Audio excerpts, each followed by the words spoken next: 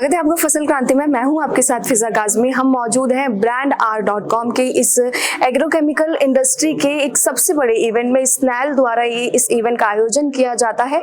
आज हमारे साथ मौजूद है किसान एग्रोवेट से साहिल मलिक जी, जो फाउंडर एंड एमडी हैं। सर, बहुत बहुत स्वागत है आपका फसल क्रांति में। आपसे पहला सवाल हमारा यही रहेगा कि इस इवेंट में, इस कार्यक्रम में आपका डिस्कशन पॉइंट्स क्या थे, क्या कुछ आपकी चर्चा इसमें खास रही है? Thank you so much.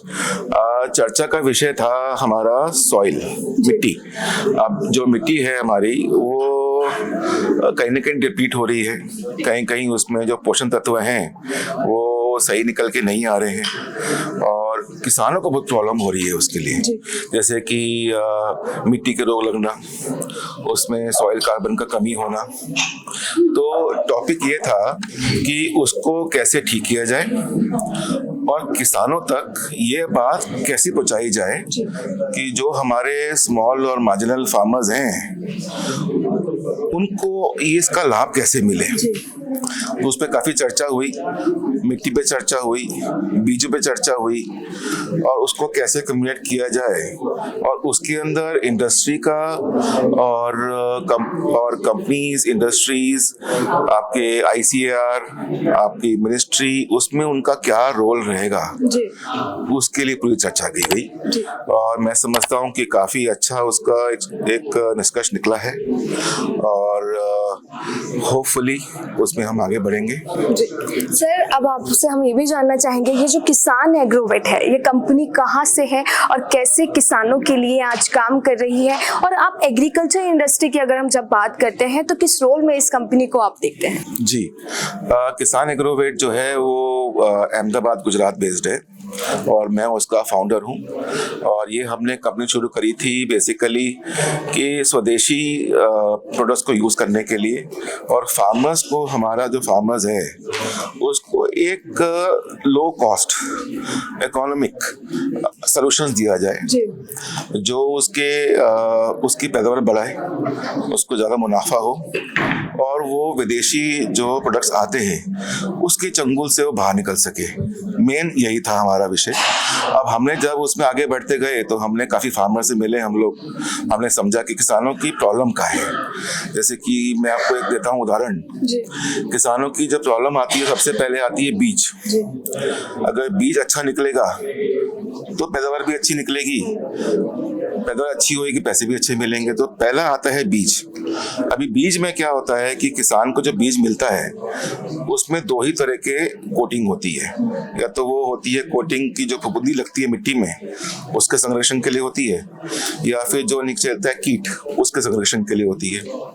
हमारे जो हमने सर्वे किया, करीबन हम लोग 1.25 लाख फार्मर से मिले तो पता पड़ा फार्मर को क्या चाहिए। फार्मर को 5 चीजें चाहिए। पहला चाहिए संरक्षण फफूंदी से, कीट से, निमेटोड से। निमेटोड की प्रॉब्लम बहुत आ रही है आजकल और आगे भी आएगी।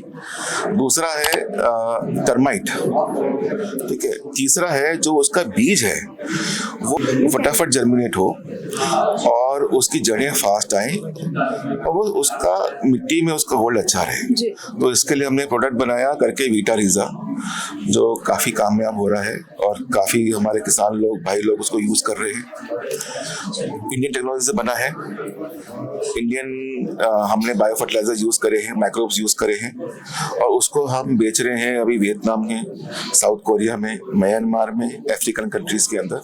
वहाँ भी वो अच्छा काम कर रहे हैं। सर, अब हम बायो इंस्ट्रूमेंट्स पे आ जाते हैं तो आपकी कंपनी किस तरह से ऐसे उत्पादों को बना रही है? एक्चुअली मेरा क्वेश्चन आपसे ये भी रहेगा कि जो उत्पाद हम बना रहे हैं उसको किसानों तक पहुंचाना और उसकी जानकारी को, जैसे आपने अभी भी बोला हमसे कि आप कई फार्मर्स से मिले हैं, करीब 1 लाख फार्मर्स से आपने मिले हैं, तो उनकी प्रॉब्लम्स का सॉल्यूशंस भी आपके पास आप अपने उत्पादों में देखते हैं। लेकिन कई बार जरूरी होता है उन उत्पादों की सही जानकारी और उनका इस्तेमाल खेतों में किसानों को कैसे करना है वो भी कंपनी द्वारा समझाया जाए। तो आप किस तरह से एक कंपनी के द्वारा, एक फाउंडर के नाते, हर किसान तक पहुंचने का अपने उत्पादों का लक्ष्य रखते हैं?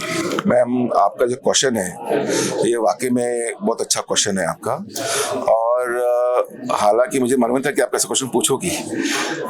आज वर्ल्ड सॉइल हेल्थ डे है और आज ही के दिन हम लोगों ने एमपी में एक जगह करके हरदा होशंगाबाद, वो डिस्ट्रिक्ट है एमपी की, वहाँ पर हमने 50 यूथ को जॉब दिया है जो अनएम्प्लॉयड थे, जिनको कोई एम्प्लॉयमेंट नहीं मिल रही थी। उनको हमने ट्रेनिंग दी है 2 महीने की, उनको समझाया है कि मिट्टी क्या होती है, मिट्टी में क्या देखना है, और उनका पहला काम क्या है कि जो हमारे जो डीलर्स हैं उनको समझाना, ठीक है, क्योंकि मेन डीलर समझेगा नहीं तो फार्मर को सही प्रोडक्ट नहीं मिलेगा, क्योंकि फार्मर की लायबिलिटी डीलर पे ही आती है। तो पहले हमने एक स्टेप वो लिया। सेकंड स्टेप हमने क्या लिया कि जो फार्मर है उनको समझाना, उनकी मिट्टी की जांच करवाना। तो हमने केवी के जो हमारा मॉडल है हमारे आईसीआर के अंतर्गत आता है, और ये काफी केवी कीज हैं और हम शायद उनको कभी भूल जा रहे हैं, तो उनको हमने इन्वॉल्व किया। तो अभी समझिए कि इसमें हम टारगेट कर रहे हैं करीबन 50 से 60 हज़ार फार्मर्स। तो उनकी लैंड होल्डिंग जो है उसकी पूरी मिट्टी की जांच होगी।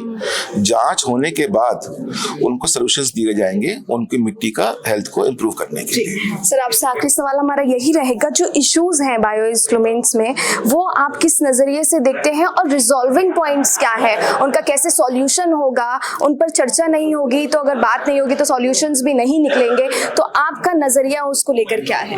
थैंक यू, ये भी अच्छा क्वेश्चन है आपका। देखिए, आज बायोस्टिमुलेंट जो इंडस्ट्री है इंडिया की, वो करीबन 7 से 8 हज़ार करोड़ की इंडस्ट्री है, जो ग्रोथ कर रही है 18% CAGR से, और ग्लोबल जो इंडस्ट्री है वो करीबन 45 हज़ार करोड़ की इंडस्ट्री है। तो अब ये इंडस्ट्री नई थी, न्यू इंडस्ट्री थी आज से 5 साल पहले। लोगों को मालूम नहीं था ये वर्ड बायोस्टिमुलेंट क्या होता है, ठीक है। तो हमारा सरकार ने उसको FCO में लेके आने के लिए प्रावधान बनाए, अच्छा काम किया। पर प्रावधान जब बने तो उसमें लघु उद्योग, स्मॉल मीडियम एंटरप्राइज कहते हैं जिनको, उनको उन्होंने शायद पीछे छोड़ दिया, उनकी उन्होंने समस्या सही से सुनी नहीं। उदाहरण दूंगा मैं आपको, जैसे कि अभी आपको एक प्रोडक्ट रजिस्टर करना है सरकार के अंदर, तो उसमें आपको करवानी पड़ेगी बायोवेक्सी, जो अच्छी बात है, पर उसका खर्चा जो है वो 30 लाख रुपए है। That is very big amount. हाँ जी, उसके लिए करानी पड़ेगी आपको टॉक्सिकोलॉजी रिपोर्ट, इसका खर्चा है 20 लाख रुपए।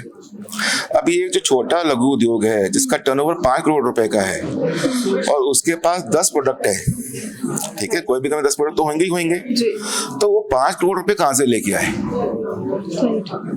ठीक है, या तो वो लोन ले।